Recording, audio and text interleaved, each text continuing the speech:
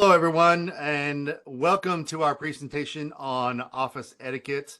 My name is Cliff Guerin. I am from the WGU Career Services team, and I put this presentation together because I have received some questions and ideas of people who are returning back to the office are now wondering what's the behavior today after the pandemic. I mean, now that we're beginning to come back to the office, or if you have always been working in your office and you have new colleagues coming in, either for the first time or they are just returning from the pandemic, being quarantined in their home, or they've worked from home, and now everybody's kind of getting back, where we were.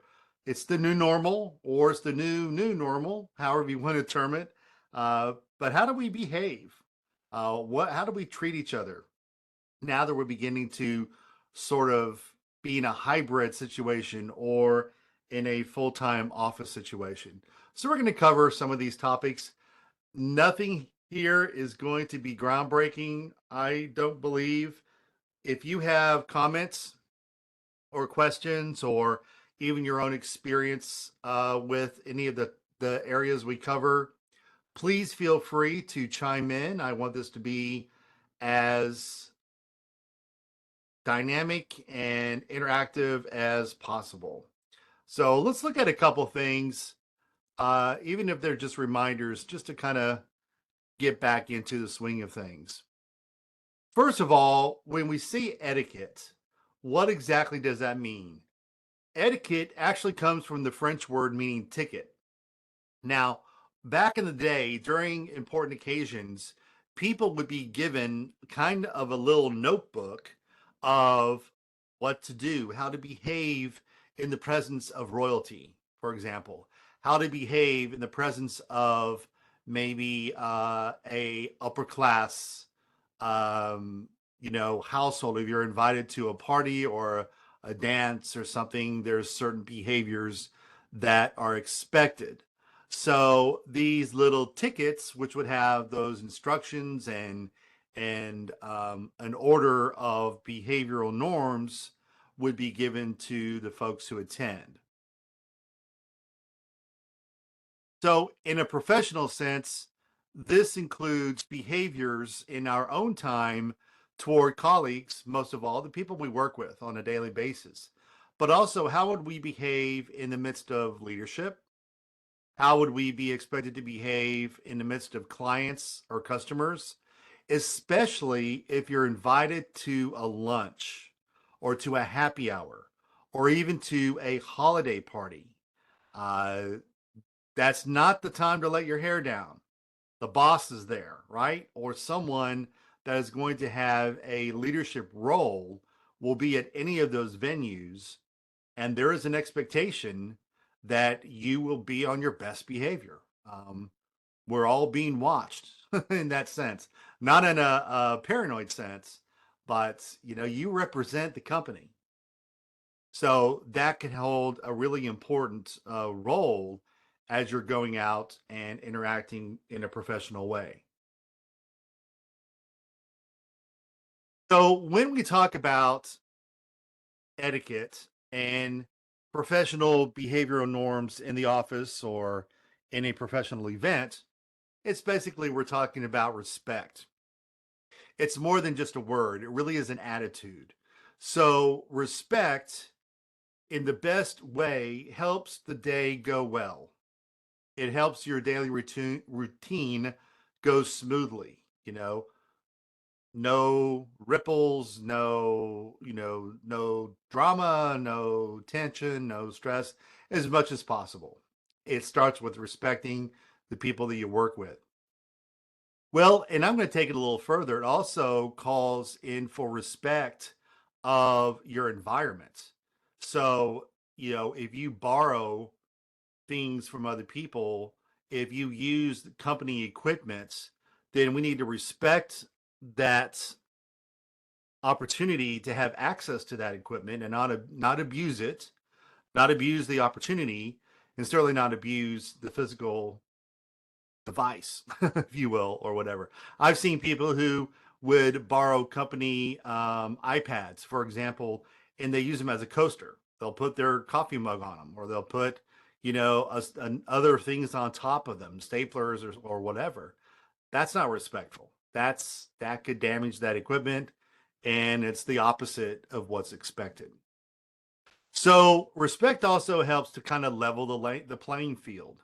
You want everyone to have an equal opportunity to success in the company, an equal opportunity to be able to have access, for example, to other coworkers, to leadership, things like that. So um, I was in a situation to where I was at another university to where I wanted to contact a provost, someone who was in a higher position than I was, because I had some areas that I wanted to talk to her about concerning career development in her college.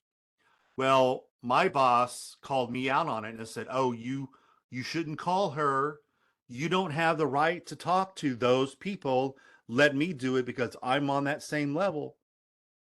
Well, how do you think that made me feel? It's like you're not good enough to or professional enough to make the call to have a honest adult relationship with that. So that was not respectful. That was kind of a power over approach in her wording when she said you don't have the authority to contact those people. So that was not respectful in that sense. So that's not leveling the playing field. It's a power over situation. If you're working on a team, of course, you want to have that team respect to where everybody has a voice and everybody can voice their opinions. There may be one person who makes the final decision, but we all should be respectful enough to hear out our teammates and what their ideas are. In the best possible way, it can enable us to feel confident, feel empowered, especially in the different variety of settings and the diversity of people that we may work with. So it's you can end the day with having a good feeling that you had a good solid role at work because you respected others and in turn they respected you. So it really is a good outcome when we can work together and coexist, even when there are areas and times of tension or discord. If we're behaving in the best possible professional way, we can at least feel good about ourselves that we made some good decisions on how we would respond to some of that tension or discord. All in all, it's about creating a culture of respect. It's about being able to engage diversity, talk to each other with some civility.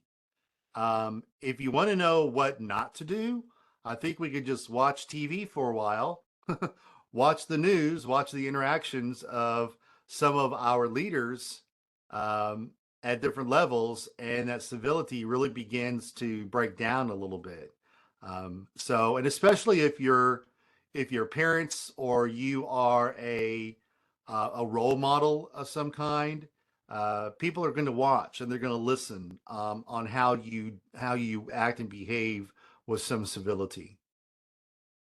Being authentic, being transparent, does not give us permission to do or say what we want, but it does allow us to be able to have that culture of transparency, which can build trust when it's done in the right way. We talked about equity as well and inclusivity. So if people have a difference of opinion, if they come from a different cultural experience, do we still allow them to share that experience in the break room, in the lunchroom, in between cubicles when it's appropriate? So that culture of respect can touch in many different areas of the workplace. Another area which is really probably at the top of the list is punctuality. So a good, basics of behavior in the office is to be on time. And again, I think people are watching, um, not just our leaders, but also our coworkers. If people get there early, and I'm somebody who gets in frequently after the job starts.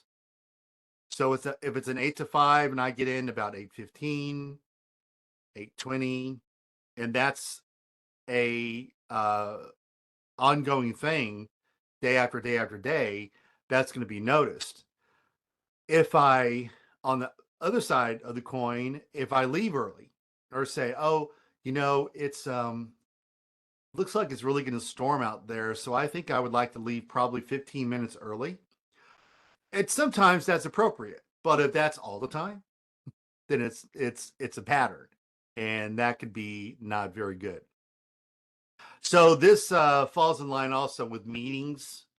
It falls in line with activities or events, even if they're holiday parties or casual gatherings. If there's somewhat of an expectation that you at least drop by, it doesn't hurt to get there on time. Maybe a few minutes late is perfectly fine. But you don't want to get there at the very end and just pop in, especially if they're closing up the evening or after hours event, something like that, because people are probably breaking up. That's an outliner, kind of an example.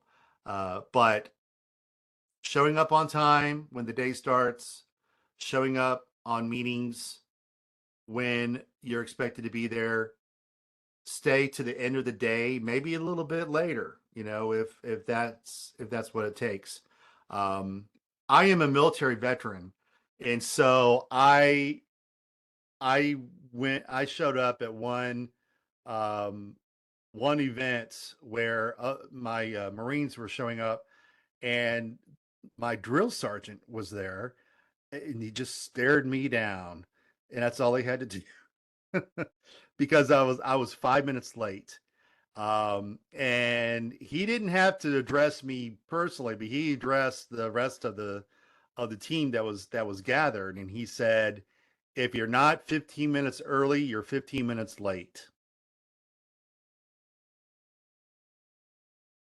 And that really stuck with me. It's like, okay, maybe not even be on time, but be a little early, because you never know what's going to happen. There could be traffic. You could be intercepted, in the parking lot by another colleague or somebody who had a question. All kinds of things can come up. It just gives you that buffer time to show up on time, and then that really diminishes anxiety, tension, embarrassment, all of those things. We don't always have the chance to do that. I understand, but if you can, it's a great idea, um, to really just keep an eye on the clock, in a good way, in a positive way, to be there. So I didn't have a graphic for this one, but there are lots of things out there where you can find, some examples. But dressing for success, again, if you're in a situation to where you're coming from working at home, working remotely to an office environment, your wardrobe is obviously going to change. Some of the things that kind of stay the same uh, for this. Again, for women, I have always heard kind of err on the side of being conservative, at least at the first. So you want to be aware of skirt length. You want to be aware of kind of your jewelry, of what you wear. If you wear perfume, kind of going a little light on the scents, if you will. I'm in Dallas, Texas, and right now, during this time of year, we are going through a big bout of cedar allergies and things that are blowing up from the hill country from around Austin. So if people are wearing lots of perfume or cologne, that can really aggravate the allergies. So start at first, little on the conservative side. Same thing with men. Um, if you have visible tattoos, maybe at first find a way to wear longer sleeves or cover them up until you get to know the culture and the people that you're working with. Um, if you don't have to wear a tie, go and tie, but business casual, you have like a polo shirt on or you have a button down Oxford style shirt. You want to have your shirt button. Doesn't have to be the very top button to choke you, but you want to have it nice and professional. That's there. Again, going light on any cologne. Um, lots of things to talk about when it comes to attire and appropriate dress at the office. Um, Remember, we're not going clubbing. We're not going out on the town. Uh, Even if your job does not require formal dress or anything like that, you still want to be, dressed appropriately as much as possible. And then there's any question, it's like, well, nobody said anything.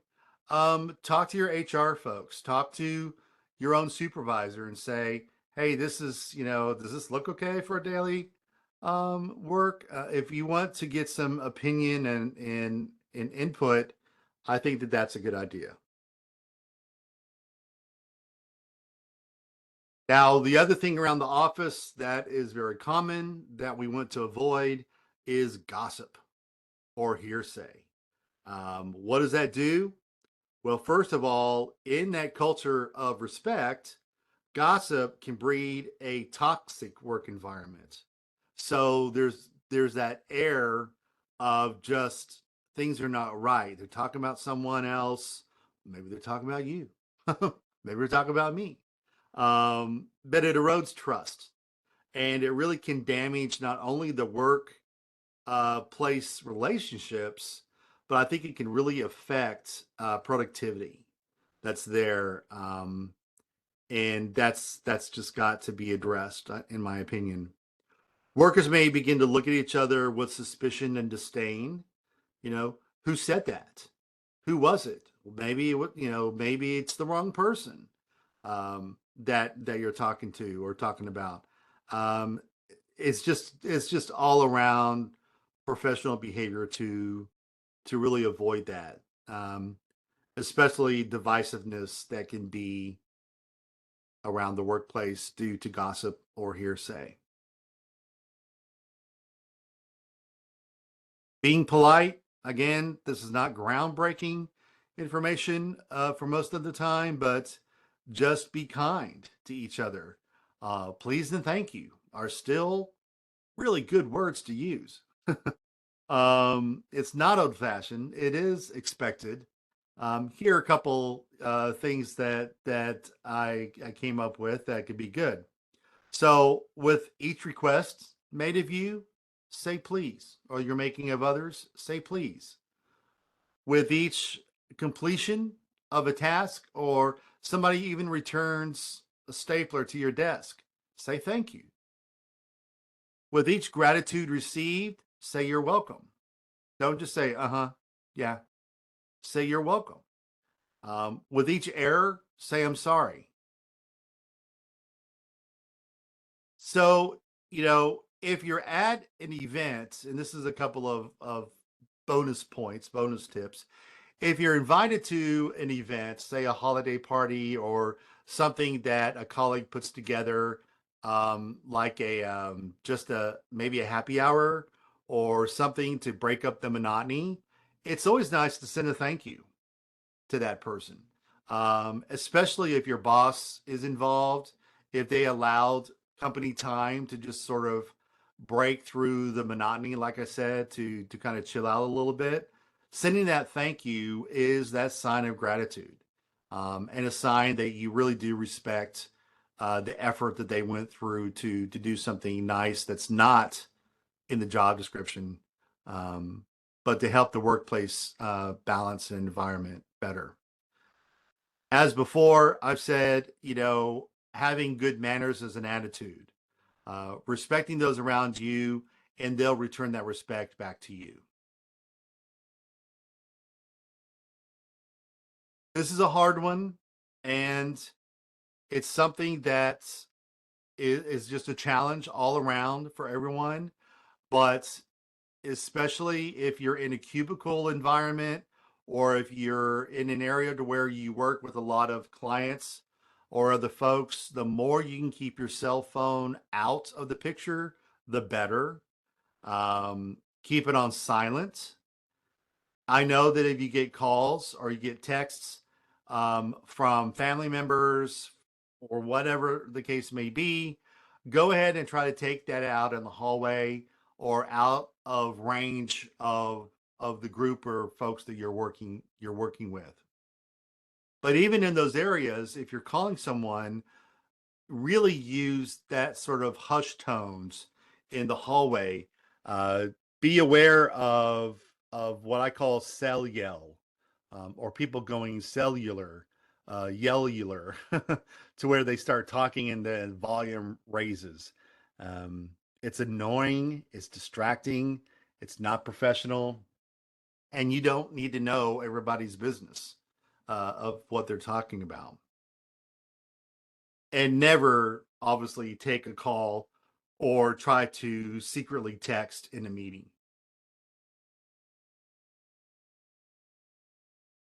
Here's another nice graphic of work etiquette rules that you might find helpful.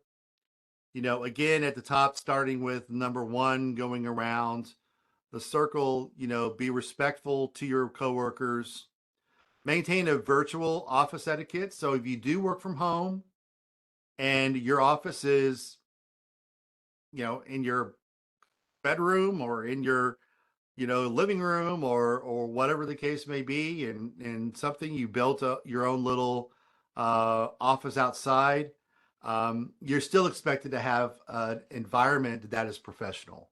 So if you have a background, make sure that that room is clean, is or at least use a background or blur out the background. Most cameras and even equipment like Teams or WebEx will have an opportunity to blur out the background, for example.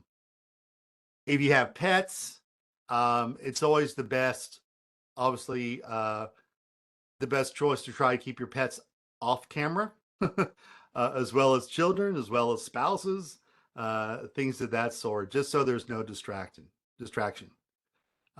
Stay accountable for your actions. Know what to wear at work. So we talked about attire. Even if you're working at home, you still want to be professional in the way you dress. Understand what teamwork means. If somebody does something for you or offers to take something off your plate, then reciprocate. Help them out. Let them know that you're available to help them the next time around. Make friendlier employer onboarding. So if it's somebody new coming in on the scene, step up and offer to help them feel welcome. Help them understand the company policies, for example.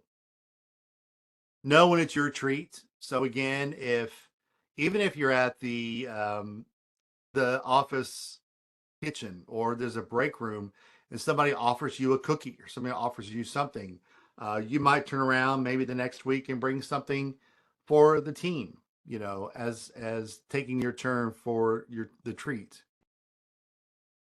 Filter your speech. So I think and hope everyone knows what that means. You want to not use foul language. You don't want to use slang or anything like that. That sort of thing you want to be careful of. One thing I did not put in here, which I will because it's very important, I think, and unfortunately I missed it somewhere, but that is email etiquette as part of office etiquette. So with email, you want to make sure that you're not using abbreviations. Uh, was it TTYL? Talk to you later kind of thing, or LOL. That's used all the time. I know that. But unless it's like within your own little cocoon of people you work with, but as an email sent out to clients, you want to be really very professional with that. So, folks, now is the time. If you have any questions or any comments or anything you want to share, I would be glad to let you take that on. You can put it in the chat. I think that this WebEx scheduled time would not allow you to come off mute. I apologize for that, but you can certainly put it in the text if you have any specific questions that pertain to office etiquette.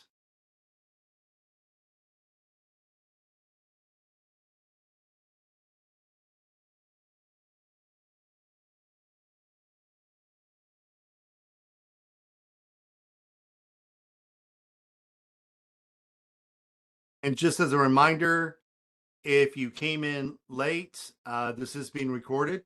So once I get the link to where we can send out our YouTube recording, I will make sure that that goes out to you.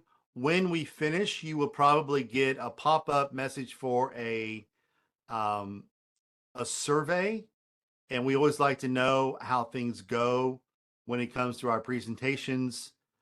Any ideas you have or any suggestions after the fact would be super great.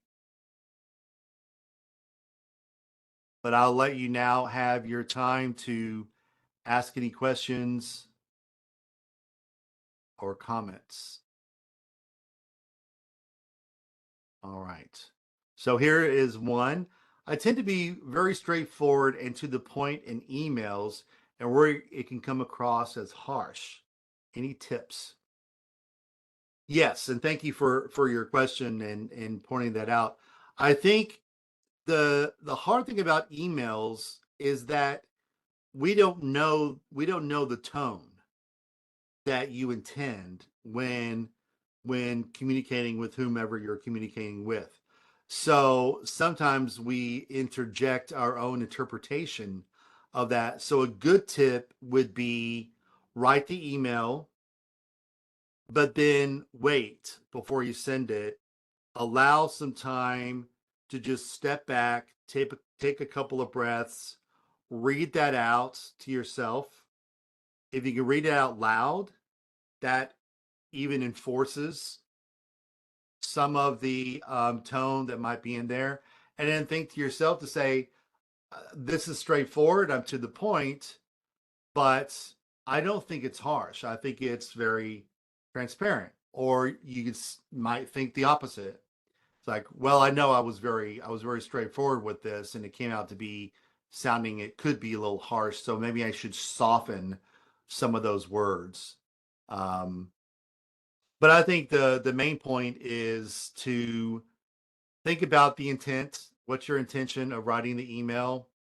Um, is it appropriate? And depending on what the circumstance is, if it's sort of a reprimand or looks like, oh, I told you once before that don't do this, and maybe it's better if you can go to that person personally and just say, I want to talk to you about this. Um, some folks will do it in an email, so there is actually kind of you could track the response. You could track that I made 3 attempts to address this situation, that sort of thing. Um, Other things, I guess, if you want to address the behavior, not the person, if it is something that is kind of a corrective kind of thing, but I hope that helps a little bit.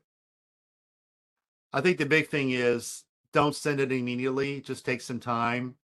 Let it sort of settle and read it again, maybe twice, just to make sure and see if that might be helpful. Anybody else?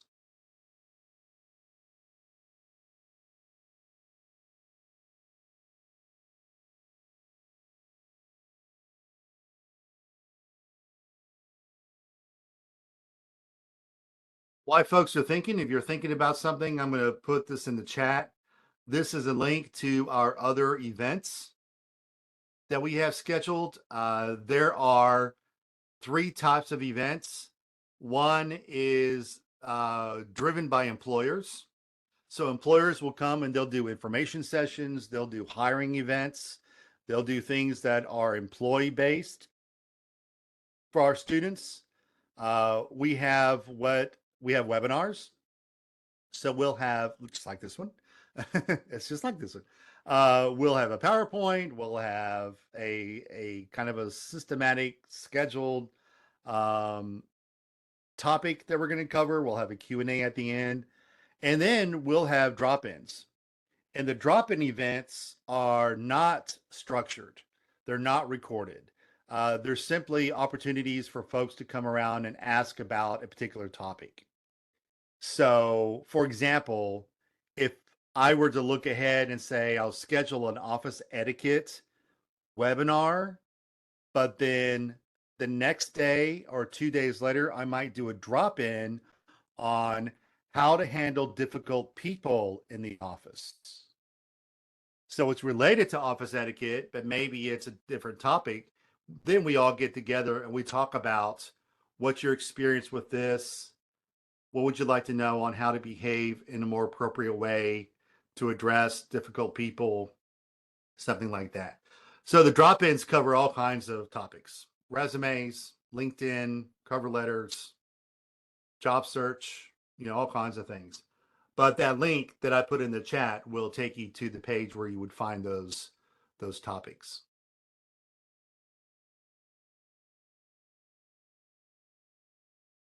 Well, folks, I am very glad that you were able to join us today. If there was something that you wanted to get to and have addressed, please feel free to contact us directly. That's going to be at careers@wgu.edu. You can address that to Office Etiquette. You can address it to me and just put attention Cliff, and I'd be glad to answer any questions you have. So thank you for joining us today. I hope you enjoyed this and got something out of it. And I hope that you will look at the other events. And I will go ahead and stop recording.